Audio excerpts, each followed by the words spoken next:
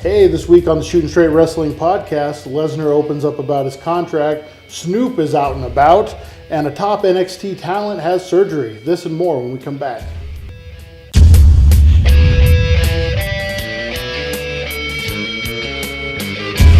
to be the man, you gotta beat the man, and I'm saying, woo! This is man! What the rock? Oh, Cook at Austin 316 says I just whipped your ass.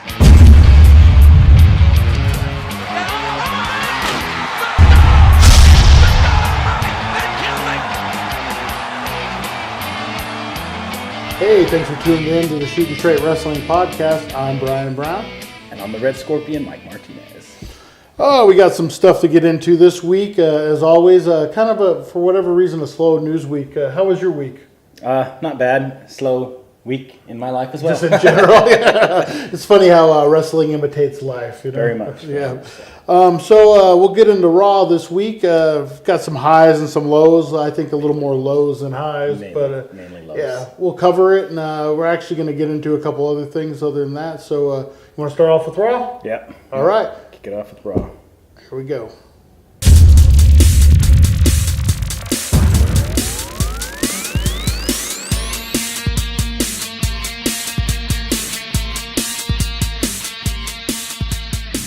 Well, we're going to get into Raw for the week of 3/16/2015, and you want to...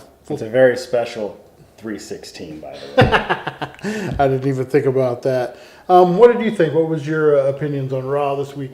It was just kind of boring, really. I think that the only thing that I really liked about it was the ladies' match. I thought they spent some pretty decent time on that. Other than that, really everything was just kind of hyping the main event, hyping the Authority and the Randy Orton return. Yeah, you know, for this, what are we, 2 weeks away? Just about. Yeah, a little under 2 weeks for WrestleMania.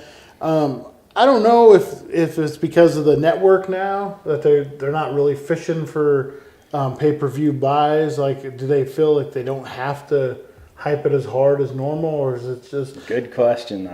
Like this card that we're looking at, like I'm looking back, I would say WrestleMania, what was it, WrestleMania 10?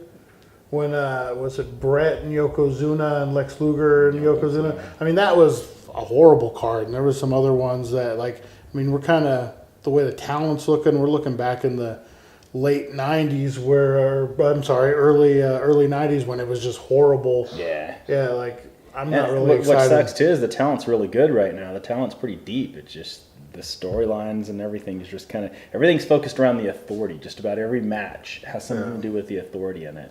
And you know, and I hate, I know this is Raw, and I hate to bring up TNA. Believe me, I hate to bring up TNA. But, you know, they've kind of done away with the Authority angles in TNA. There is no Authority right now. So they're just kind of, and it's kind of refreshing. Like, they're just making matches. Like, there is no evil or good Authority coming out to balance things out. They're just doing their own thing. There's always been the Hill Commissioner or the Jack Tunney at some point, and I think that's just something that WWE especially is just stuck on. Yeah. So, I don't know. Yeah. Well, one highlight for me on this week's Raw was they kind of, I don't know if there is such a thing as kayfabe anymore, but they kind of broke it with talking about Lesnar's contract. Oh, yeah. And they actually did that pretty good. I think Yeah. they kind of worked that whole angle. Everybody knows about the backstage rift between him and Vince and the UFC talk and all this and that. So I think that was worked pretty good. Yeah, I like the way they worked that in. And you know what? Honestly, from talking to people and the way I feel about it, the most important thing that people are looking to for WrestleMania is to see what happens with Brock Lesnar and his contract. I don't think they care about the match. I think they care about what's going to happen right after. Yeah, totally. And that brings up a lot of stuff that I've got and kind of I want to get into too. But that's totally. I think that's overtaken the match and the whole purpose of the main event for WrestleMania.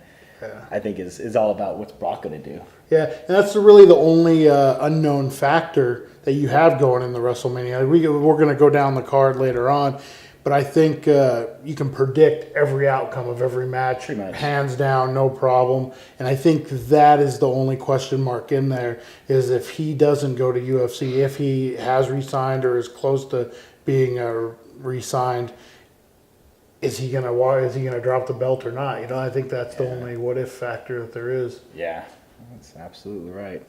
What else you got for Raw? They really focused on the tag team division with Tyson Kidd and Cesaro, and brought the Matadors out and the Little Bull. They kind of teased the Mizdow Miz back and forth. I think back match. that's up to the point where you're going to see, if not the definite breakup during the Battle Royal, the night after you're going to see. Well, I got a little scenario storyline going on in my my WrestleMania card that I booked. Yeah. So that kind of involves that too. So awesome. I definitely added that. There was like I said, the ladies match, Nikki versus AJ. Both partners were at ringside. They did some pretty good work in that match. I thought the outside stuff was good. They're really finally putting that, where it should be on, in a proper place for the ladies division. And they're giving them more time to go. They had 2 segments, right? Yeah, they went to commercial and then came back and the match was still going. Yeah. That's double what they normally give. Yeah, normally it's 30 seconds or whatever. So. And thank God we're not seeing so much of the distraction roll-up losses anymore. Like we went for 9 or 10 weeks where every week that was the way the matches ended. And I remember back in the late 90s where every match was ending in a disqualification. Yeah. Every single match, big match or whatever. So, definitely a good thing to get rid of that. We had a couple celebrity appearances. Snoop was backstage at Raw and did I don't know, him and Curtis Axel had some words. It looks like that might lead into something. Snoop's an interesting character. I think that anytime they put him in the WWE, under the WWE banner, they're going to get some good TV one way or another. Yeah, and Axelmania, that's unfortunately for him, because of his father's legacy and everything like that, he's really trying to do something on his own. It's kind of funny, but kind of sucks. Yeah, I'm kind of mixed on it, because you look at he has potential definitely, but you look at what he was doing before this, and he was just another guy lost in the shuffle. Basically. And now, even though it's comedy, even though it's not what it probably should be for him, he is getting TV time. We're talking about him. He isn't a forgotten note. So, I mean, it's got to be a positive. He's not like a Zack Ryder just wondering what the heck. Yeah, or Justin Gabriel, who floundered and got released. So yeah. Good point. Also, there was the Authority, like I said, they're just ramming that down our throat. They opened the segment with that, with Seth Rollins accepting Randy Orton's match for WrestleMania if they fought that night first, which was kind of stupid. Here, pay $50 for it, but we'll give it to you for free tonight. So you knew something silly was going to happen, and it ended up turning out that the match never happened. The Authority all quit on Seth throughout the night, made it look like Seth was on his own, then they all came out in full-fledged against him. And then Sting, which WCW mark here, I was really marking out when the lights flipped off, and then Sting came out of nowhere and started clearing the ring with the bat. Made me think of the old NWO days back in. I went to Cow Palace for Super Brawl, Sting and Hogan, and for the WCW title, and so I was really excited about that. And it kind of they're really. That was the only positive about having the Authority be involved in that and getting the bats taken to them, was that they're really leading up to WrestleMania and all the storylines, Sting and Triple H, and then Seth Rollins and Randy Orton. How are you feeling about that match? I mean, which one? Seth and. I kind of like it. I think it's long overdue. I think I've always kind of not liked Randy Orton, but now that we're getting things have changed a lot, and I think he's kind of accepted his role and more matured in I've always thought they should get away, and they're really pushing it on Raw, that the whole snake gimmick. Like, I thought, like when he was the Legend Killer, I loved Randy Orton when he was the Legend Killer. I thought that was a great. Yeah, now he's but now he's like moving like a snake, and everyone, they said snake at least 30 times during. He's pretty creepy, so I could that fits pretty good, and it's just like a Stone Cold Jr. Basically. Yeah, exactly. You never know where he's going to strike. It'll be a good match, I think. I kind of hope Seth Rollins wins, but it'll be a good match. Yeah, definitely. I'm hearing LL Cool J is going to be part of WrestleMania too. Probably maybe perform. That'd be kind of cool. Yeah. They're always integrating all the athletes or celebrities or whatever from different things into WrestleMania, so that works out. I'm real interested with the Snoop and Axel, see how they're going to utilize Snoop, and it'll be something funny if nothing else. What about the Cena Rusev contract signing? Was that completely boring and just? Yeah, that guy with the yellow sunglasses? I know he was probably there to draw heat, or I thought he was going to be the one who took the bump or whatever. But Me and my friends always call them guys the trainees. Yeah. Those guys are trainees, and they get. Was that the worst Russian accent you'd ever heard? Booker T made a Bobby Heenan reference, something Bobby Heenan would have done back in the day. It was kind of funny. And I thought the same thing. I wanted to talk a little bit about that because that happened on Raw.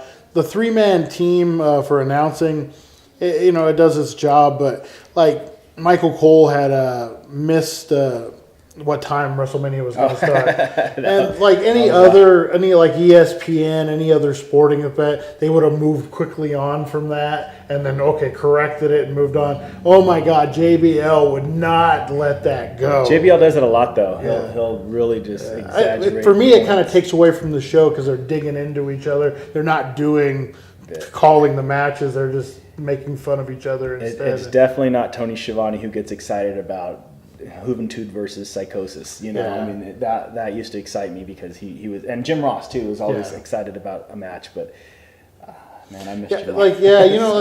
I've always, and I'm going to catch a lot of heat for this, but I've always thought Jim Ross was a bit overrated for me. He's a great commentator. Don't get me wrong. He's a great announcer. He does it by the book. He's a true professional.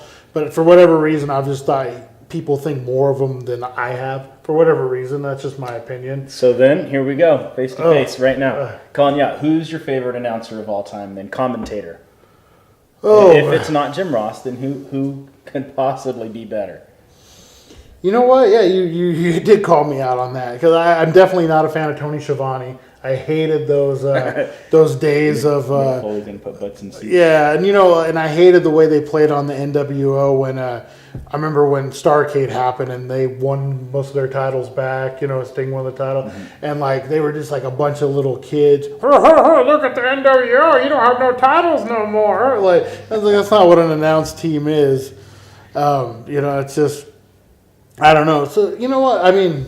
Mark Madden, that's it. Mark Madden's his favorite. I really don't. I can't say I have a favorite announcer. I can go old school and go Vince McMahon with the 1, 2, oh, he got him. Oh no, he didn't. Oh wait, no. But Jim Ross probably I would say is the best, but for the pedestal he's on, I've never understood. I kind of get what your point is. Yeah. I think that a lot of people put him way high up, and I actually would actually say Joey Styles calls better matches. Yeah. But I like Jim Ross's enthusiasm and to bring it back. To bring it back to my point was like when him and the King were on there, it was professionalism. They didn't dig at each other than like what was part of the storyline. They had their little banter back and forth, but it wasn't like what you're seeing now, to where a guy flubs a line and completely boring. Yeah. Okay, so we're in agreement here. I've got it figured out.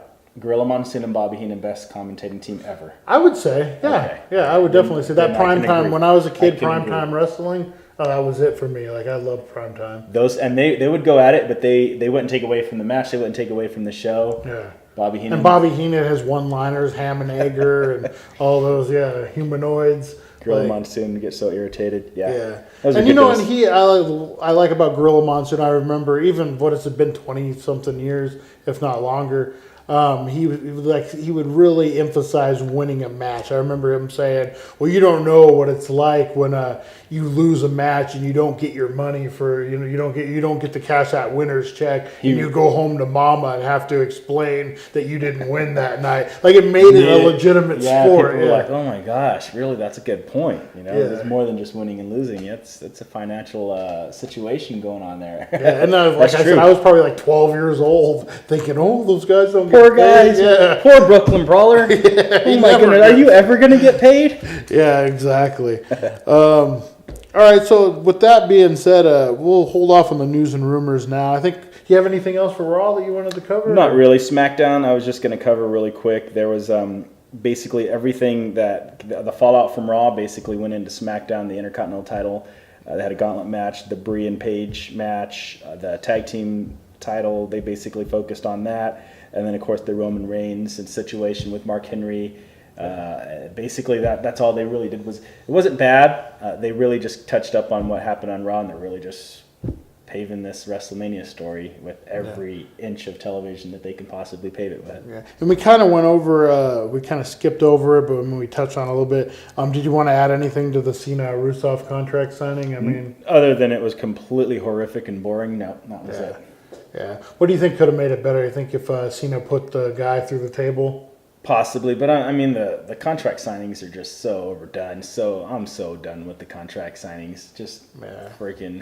Are we going to have a contract signing for every single match ever? I didn't understand how he was not going to sign it. He toyed like he wasn't going to sign it, and then once it got physical, I'm going to sign it and run away. Like if you weren't going to sign it, that would have been the time to run away. Yeah, they kind of hurt Rusev a little bit with that, and I don't know. It just ridiculous. Yeah, you know, like ridiculous. The week before when he was in the STF and Lana booked the match or whatever, I thought that made him look weak because I mean he was coming off a huge victory off of John Cena, and then just to get knocked out, tapped out in 45 seconds. It kind of backtracked him a little bit, but kind of hurt him, especially if John Cena goes over at WrestleMania, which it's kind of looking like he probably will. Yeah. I mean, I was telling you before that I think that Rusev losing actually gives him credibility and he can finally move on to bigger and better things. But it's like every time somebody's with John Cena, they gotta really do their part to make sure they don't overstep John Cena's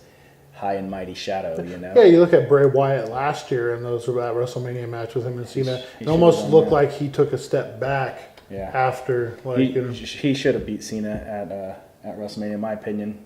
Yeah.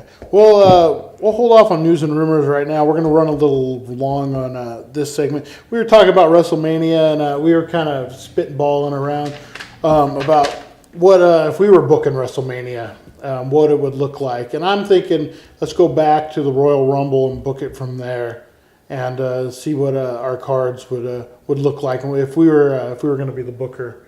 What do you think that's a good idea? Yeah, totally. Okay. I really didn't change a whole lot. Are we going right into this? Yeah, we'll just go right into it. Okay, I didn't change a whole lot. I basically kept Roman Reigns and Brock Lesnar.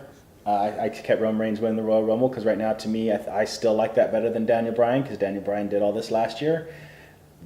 My opinion only, I still think that Brock Lesnar and Roman Reigns fight at WrestleMania. I think that Roman Reigns wins the title because Paul Heyman turns on Brock Lesnar and they do a double switch. And I think that I'm kind of feeling it coming. I'm going to mention it in news and rumors about the whole Roman Reigns kind of turning heel slowly right now.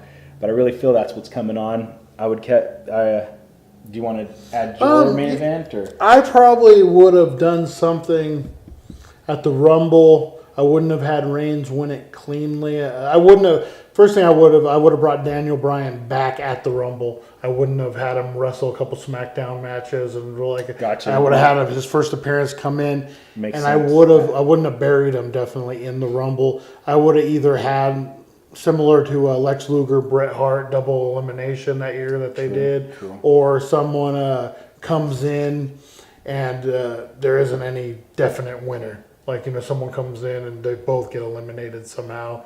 Some kind of or the fight goes. They're fighting. They go through the ropes. They fight to the back, and just like Curtis Axel's still considered in the Royal Rumble. Yeah, they'd both be fighting today. I mean. Yeah, that kind of makes sense. And then from there, at Fastlane, I don't know. I don't think Roman Reigns is ready for the main event at WrestleMania, especially against Lesnar. I don't think that's gonna with him and Bryan at Fastlane. Bryan was able to carry that match, and put on a good match. Where Lesnar, I don't think can. That's gonna just be an all-out brawl. And I don't see them going 30, 40 minutes. Nah. Yeah. No, and that's why I call the whole switch with the Paul Heyman thing. I don't think it's going to really be a great match. Just like Undertaker and Brock Lesnar wasn't a great match at WrestleMania 30. The only reason I see it is just for a change, especially if Brock Lesnar stays and he turns face, he's going to have to do something different. They really got to give him something. Maybe he'll continue to feud with Reigns. Maybe Reigns doesn't win the title and he gets pissed and becomes heel. I don't know. I still see that main event for me right now. Yeah, that's the thing. I would like to see Daniel Bryan in that, but on the flip side, it's not a bad main event, Roman. I can see it. So if it didn't happen last year, and I completely get it, I know Bret Hart was talking about it too. He kind of got stripped of the title because of an injury, which isn't fair. But look at Alex Smith, lost his starting job in San Francisco to Colin Kaepernick, which I didn't think was fair. And so this stuff happens in sports and entertainment. So yeah, definitely. I still think the U.S. title match would have remained the same because really, what else is Cena going to do? No, yeah, that's definitely. They definitely got to put Rusev over somehow. I think that Cena still ends up winning the title at WrestleMania. In my version. I mean, I agree. Yeah, I don't see any other. I would have hyped it a little more. I think I would have done the Hogan thing that I've talked about. Yeah, I definitely think involving Hogan and I think maybe, did you bring up the flag, some type of flag, the winner grabs, I don't know, flag like match. A flag match or something. I don't know if you brought that up or we talked about it that at was one not point. a bad idea. I don't know, just adding a little bit of gimmick to it, a little bit different, or maybe the winner gets to have their flag put down and Cena finally gets to put the American flag in the back rather than Rusev getting his flag. The Intercontinental title match would just be Bad News Brown versus Dean Ambrose. Bad News Barrett. My bad. We're bringing back Bad News Brown. Ghetto Blaster. Bad, I wrote B&B, so I was just going old school for a minute. Bad I would love Barrett. to see Bad News Brown come back. He was the first Stone Cold before there was the Stone Cold, black trunks with bald head. Bad News Barrett versus Dean Ambrose, and I think Dean Ambrose would go over, and I definitely don't see in the weeks leading up to this Bad News Barrett getting treated the way that he's treated because he's just kind of getting snubbed. I mean, he did on Raw and SmackDown lay out everybody with the bullhammer at the end, but how much does that say that he's been pinned every single week on every show leading up to the biggest stage of them all, quote unquote, and he's probably going to lose the title there too. So I mean, at least give him some dignity along the way and have a good match. Yeah, that's one match I probably would have left the same, except I would have went 6 guys. Because it replaces that Money in the Bank ladder match that was such a huge match, and it gives them something to go after the IC title. Definitely wouldn't have Daniel Bryan in it. I wouldn't have Dolph Ziggler in it. I would have brought up some other guys who are right on that cusp and gave some of the semi-main eventers or guys who are right on that. It is just a 6-man match, though, right? Isn't it just? Is it 6 or 8? It's Dolph, Daniel Bryan. Stardust. Dean Ambrose, Stardust, Luke Harper, and Bad News Barrett. Ron Killings. Ron Killings, okay. Or R-Truth, sorry. That's 7. I think there's 8. Yeah, I don't know who we're missing. Did I say Luke Harper already? You did, yeah. Huh. Yeah. I would have, I would have kept it 6, and I would have brought those guys that could be main event out of it and gave them a better match. I somewhat agree. I still would have put the guys that weren't in it that I didn't add in the Andre the Giant Battle Royal, but I would have had Ziggler versus Bryan, and I would have made that a #1 contenders match for the WWE World Heavyweight title. Nice, yeah. Which Daniel Bryan would have won, and then he would have been able to have we wouldn't have had a Daniel Bryan versus Roman Reigns at Fastlane. We would have had Daniel Bryan versus Roman Reigns maybe at SummerSlam, or some build up to it. Yeah. That's what I would have done. And then, of course, before I found out that Jey Uso got hurt, and we'll touch on that later too, the tag team titles would have been a 4-way, not a 4-way, but a gauntlet, where Cesaro and Tyson would have had to beat the Usos, Las Matadores, and the New Day consecutively to keep their titles, and they would have done it in my version. On that one, what I would have done? I would have kept the titles on the Usos, and I would have had a chase with Cesaro and Tyson Kidd. I would have had them chasing more, and I would have had a big build-up to where you get the big, because those two teams are capable of a great match. Yeah, I would have gave them the platform to do that great and give them the build up of the chase, and then put the titles on Cesaro and Kidd at WrestleMania. It would have meant more. You would have wanted to see it more. That kind of leads in. I know we're going long, but that kind of leads into what you said earlier about how they're less worried about pay-per-view buy rates anymore, and they're just worried about putting something on the network, because they could have done that, but then what would they have done it at Fastlane and this and that? So that actually would have been a good idea. Had that happen. I'm a big fan of if you're going after a title, there should be a chase involved. Exactly. Worth it. The women's title, in my opinion, would have just been straight up Nikki versus returning AJ. I still kind of feel like AJ would have returned before WrestleMania to help out Paige or whatever, and then what I would have liked is not to cut you off. Sorry, a 4-way: Nikki and Brie Bella, AJ and Paige, but they're all against each other. The 4 corners match for the day, and then you get Brie and We already saw that Brie and Nikki, like the feud, but you get some awkwardness of them having to face each other. That's the problem with what they did, because obviously AJ and Paige had their history, and then Brie and Nikki had their history. We mentioned this last week, how all of a sudden WWE just kind of dissipated it. It just was gone. Yeah. And then all of a sudden they're friends again. And AJ and Paige, they're still kind of not really friends, but they're basically like, they're the only one I can count on right now. So, I mean, had WWE not gone down that route, then that would have been the perfect way to do that, to pull that off. Yeah. So, Andre the Giant Battle Royal, for me, Bray Wyatt would have won. He wouldn't be fighting The Undertaker. He would have won, lastly, by eliminating Miz and Mizdow, because they'd go at, they'd finally break up and have their big deal. And I think Bray Wyatt would toss them both out at the end, win it, and give him, hopefully, some credibility. I know it didn't do much for Cesaro last year, but to me, I mean, Bray Wyatt, and I've said this time and time again, he's already there. He's already at that level. But this is what I would have done with Bray Wyatt. What I would do, I would keep Undertaker, Bray Wyatt, and I know you don't agree with it, but what I would have done is I would have had the Undertaker pursue Bray Wyatt. Undertaker needs to come back. He needs to prove himself because he lost. And who is he picking the best in the WWE? Bray Wyatt, I'm coming after you. And he pursues him, not as a heel, but as a face. I have something to prove. And that way, even if you put Undertaker over, it makes sense. Okay, and then that kind of untarnishes his loss a little bit. He's making up. He needs to prove himself, after that loss. Because the way they handle it, they're just kind of making it, I don't know. I'm just completely against the way they're doing the current deal right now. Yeah, I mean, could you imagine, and Bray Wyatt's blowing the Undertaker off? Well, who are you? You're nobody. You don't have a streak anymore. Yeah. And Undertaker's, taunting him, doing the head games, making him face him at WrestleMania. It gives it a whole new aspect of it, and kind of a fresh take. Changes it around completely. It's not a bad idea.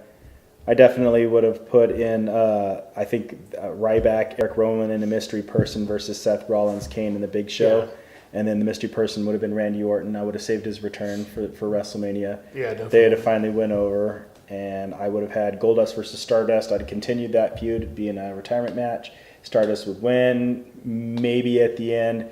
Goldust gives him a hug and says, all right, you beat me. I'm done. You beat me. You ended my career. Now please just be Cody Rhodes. And then maybe he wipes off his makeup. I think he kind of said something like that too. And then I'd have Natty beat Naomi in a number one contenders for the ladies title match on the pregame show. What about Sting and Triple H? Oh, I didn't even have that match on here. Would you leave that the same, or would you put Undertaker and Sting? Would you... If I did anything, I'd probably put Undertaker and Sting. See, you could do that same gimmick I was saying with Bray Wyatt. You could do that where Sting comes back earlier. He's the vigilante. He's doing his thing. And then the Undertaker shows up. Hey, this is WWE. This is my playground. Undertaker's always kind of been the vigilante for the WWE. Just kind of always been like, you want respect, you got to earn it. And I'm the guy you're going to earn it from. So... kind of comes in here and like vigilante versus vigilante, WWE versus WCW. Just like you said, this is my place.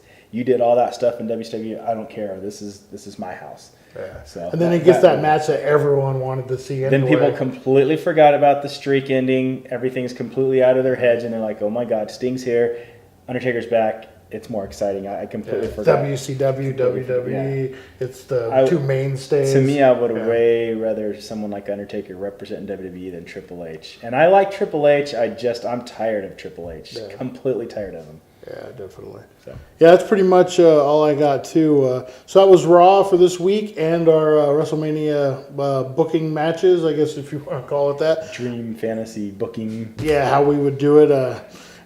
Stay tuned. We'll come back with some news and rumors.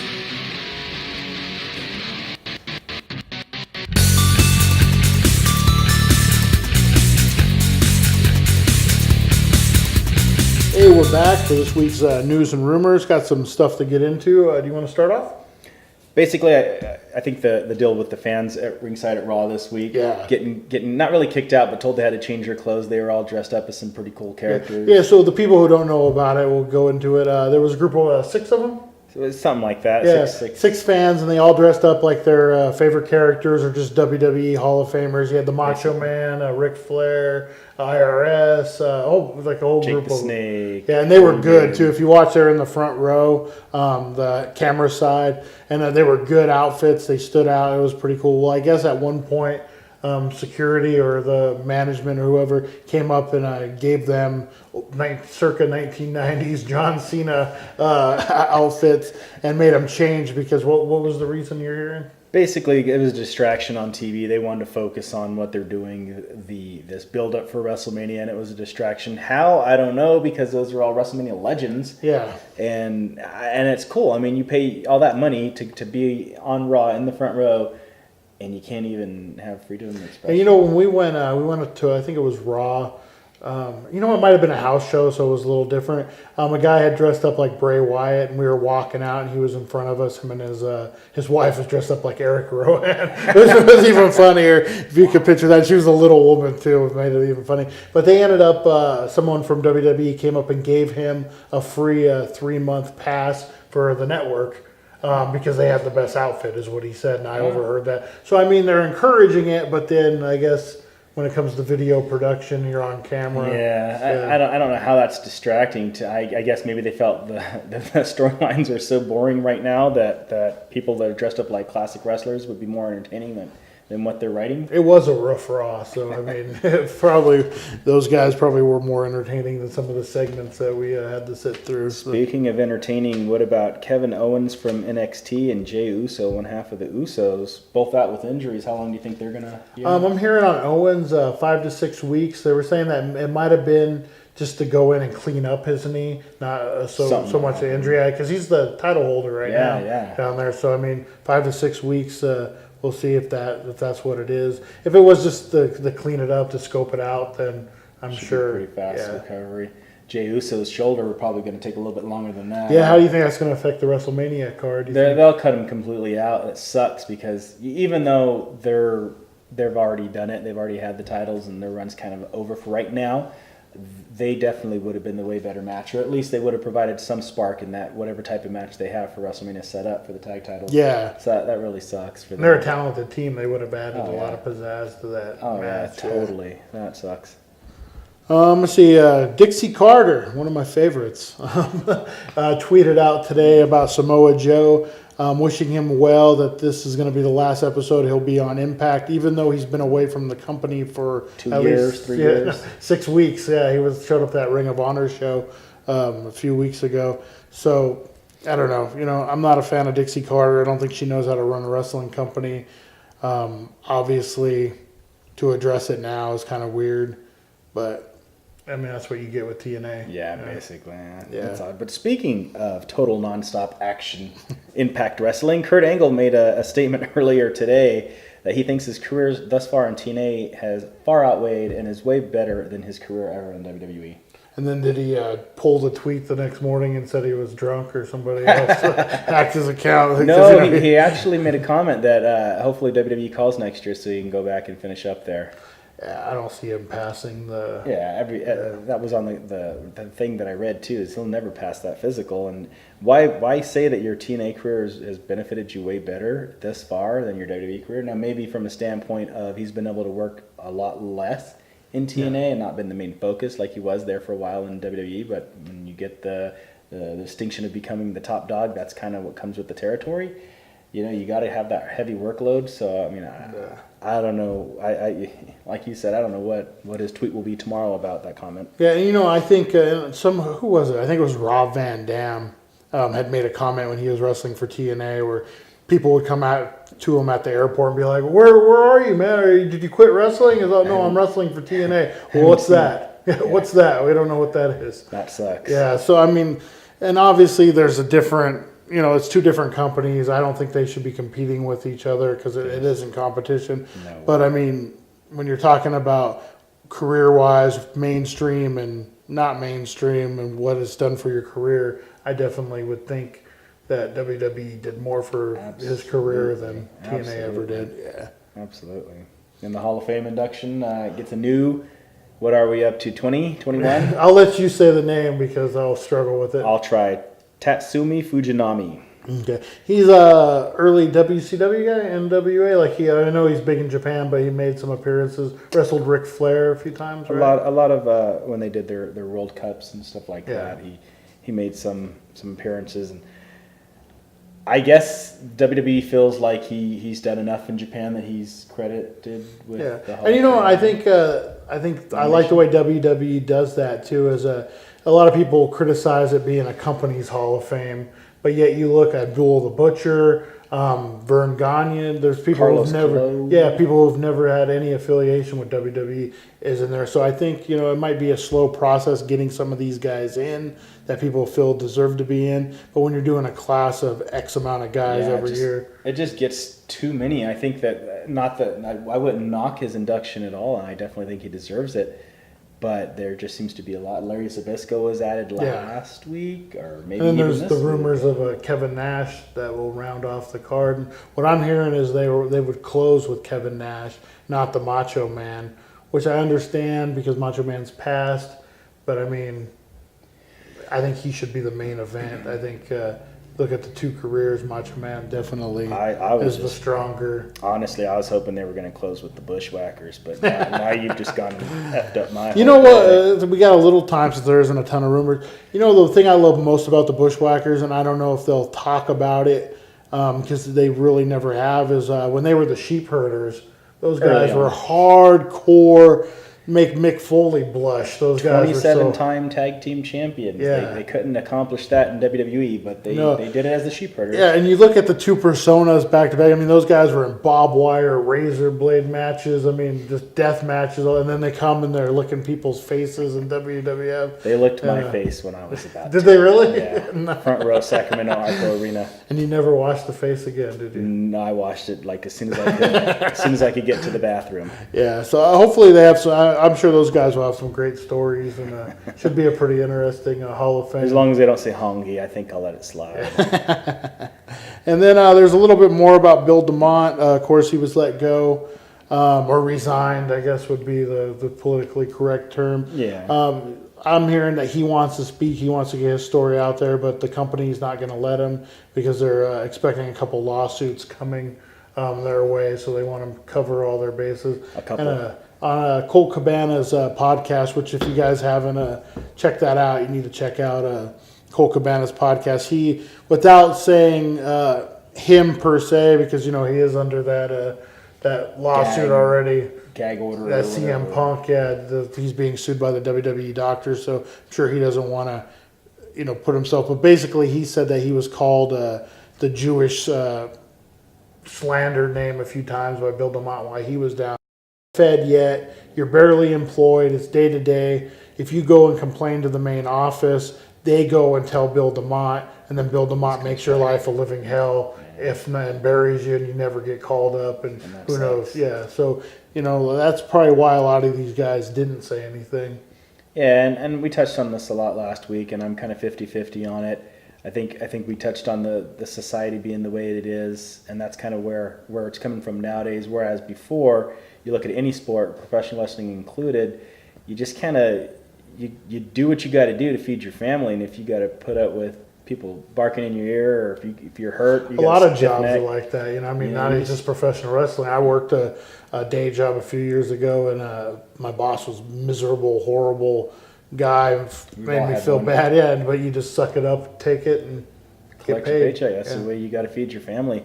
And I think from Bill DeMott's point of view, and I know last week I was very, very kind of anti-DeMott, but defending him a little bit this week, I think that these guys they're prima donnas. They're really like, okay, well, we're good. We got the look. We know what WWE wants, and we're just gonna, there's if we don't get our way, we're gonna run. Tell everybody. There's definitely sour grapes involved too, because a lot of the guys aren't roster guys. None of the guys are roster guys. They're all been cut. And it's tough to decide whether they ever would have been. But I mean, we touched on it last week. We even talked off camera about this a lot. Bill DeMott was actually not a bad character, a bad performer, in-ring worker. Let's forget about the Hugh Morris name for a minute, the gimmick. But he actually was a good worker. So, I mean, I don't think this guy is completely dumb when it comes to talent. And have a wrestling career that lasted that long, even if it's behind the scenes. WWE would not have kept somebody this long that they didn't feel was an asset to their company. Yeah. So, these guys, maybe they just weren't going to make it. Maybe they just weren't good enough. I'm not going to defend some of the things that may have been said or may not have been said or whatever, but I think a lot of it is just the society today is everybody's like, oh, I'm just going to go cry. I didn't get my way. Blah, blah, Kind of blah. coddle. Yeah. So Yeah, definitely. I don't know. I kind of feel bad for Bill DeMott in that aspect. So. Yeah, definitely. It's got to suck to be accused, especially, if things get out of hand, things get said, you're not really that way. Things have just been said. Yeah. And then all of a sudden they're getting brought up in a different kind of light. And then you're not this racist, mean guy, but yeah, it's got to suck. Especially you're gonna have everybody coming after you now. I remember, we're really getting off topic here, but a while back when I was working for FedEx Ground, we worked through our lunch break or whatever. It was just quicker. It was easier. It was just, we didn't work full 8-hour days every time, but it was just easier for us to get off 30 minutes early and just work hardcore. Because when you're working that schedule and you're just putting out those packages, loading up those trucks or whatever, you want to go home and you just want to do your job. And then there was this big lawsuit because somebody was bitching about they didn't get a lunch break or whatever. And then everybody started bringing it up. And I was like one of the last few was like, I don't care. I got paid for what I did. I enjoyed getting off 30 minutes early. I'm not going to bitch about it. But all these other people started coming out of the woodwork, And they force you to I worked take here your for breaks. 2 days and I didn't get a lunch break, Did they force you to take your lunches at that point? Or? I had already quit working for them and yeah. moved on to a different Yeah. job opportunity. When you're dealing, especially with publicly, now that WWE is a publicly traded company, you're gonna get standards, and you can't. It's not just a family-owned business anymore. To a point, because we touched on the whole bullying issue Yeah. with how much they really are following that, to a point. Yeah. So, but definitely that's their outlook and how they don't want to be perceived. Do you have anything else for news and rumors this week? Yeah, I was looking up something on the Bleacher Report where PK Subban of the Montreal Canadiens gave a fake Stone Cold Stunner kick punch, the setup to a teammate or opponent. Was it like after he scored a goal, or? I don't remember if he was just celebrating. That's why I don't know if it was a teammate or not. But the guy's name was Dustin Tokarski or something like that. I don't really watch hockey a whole lot. I just thought it was kind of cool when they integrate Yeah. different sports and stuff like that. Like old school Kevin Green, used to do Yeah. the Ric Flair or whatever. Yeah, after who a is sack. it? Is it the San Francisco Giants who do the yes chant? Or Yeah, no, it's yeah. the Seahawks, right? It's the Giants. Yeah, it's the That's Giants. Yeah, I think a lot of teams do that now. Yeah, and then Jay-Z did the diamond cutter a few times. Yeah, so I always like it when celebrities or sports intertwine with wrestling. I think that's cool. Yeah. Then I really want to touch on really quick was Roman Reigns, how he's kind of slowly, to me, I'm kind of getting the feel of him turning heel. Yeah. And I kind of see similarities between how The Rock did it, how The Rock came in as a face, and everybody just kind of hated him, even though he had the goofy hair and the goofy look and the goofy Islander stuff. He came out and he just couldn't sell nothing for nobody. And then as soon as the Die Rocky Die chant started, he was able to turn heel, join the Nation, and he really took that and ran with it. And I think that really worked for him. I really think that Roman Reigns could do or should do something similar to that. Yeah. What do you think? They say it's a lot easier to get over as a heel than it is a face, because it's easy to make people hate you.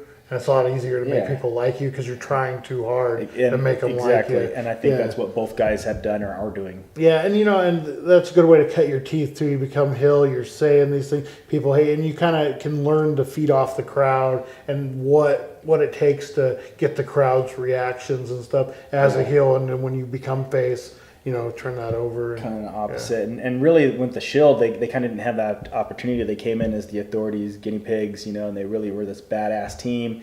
And everybody kind of hated them. And then eventually everyone was like, these guys are pretty cool, you know? Like, they kind of liked that whole feel. And then they ended up becoming face because of that whole scenario. And now Roman Reigns is still face because of that scenario. And so he never really had that opportunity to where he could cut his teeth, as a heel. He just kind of came in and did all his talking in the ring, which got the fans liking it. Now he's able to use more of his mic skills that he's trying to gradually get every week. Yeah. And maybe turn on the fans eventually and kind of do it. Yeah, if you like I've been saying, I would love to see Heyman turn on Lesnar and then align with Roman Reigns, especially if Lesnar is on his way out. That's a good way to utilize Heyman again. Exactly. And then it kind of gives Reigns someone to learn from as far as promos and that kind of stuff. And then, you all of a sudden, and I like a heel champion, I think lines up a lot more opportunities than a face champion at this point. No doubt. That I want to cut out really quick. Do you know that Yokozuna at WrestleMania 9 was the first heel to win the WWE title? Really? At a WrestleMania. Wow. Yeah, it's kind of interesting that you brought is. that up. Yeah. But I mean, you have Paul Heyman as a manager, and you can everybody's going to hate you. Vicky will hate you. Everybody in the world will hate you at that point because Paul Heyman is that good. Yeah. You know, so you don't really necessarily have to be such a good talker. Yeah. So I mean, really, that would be probably the best thing for him.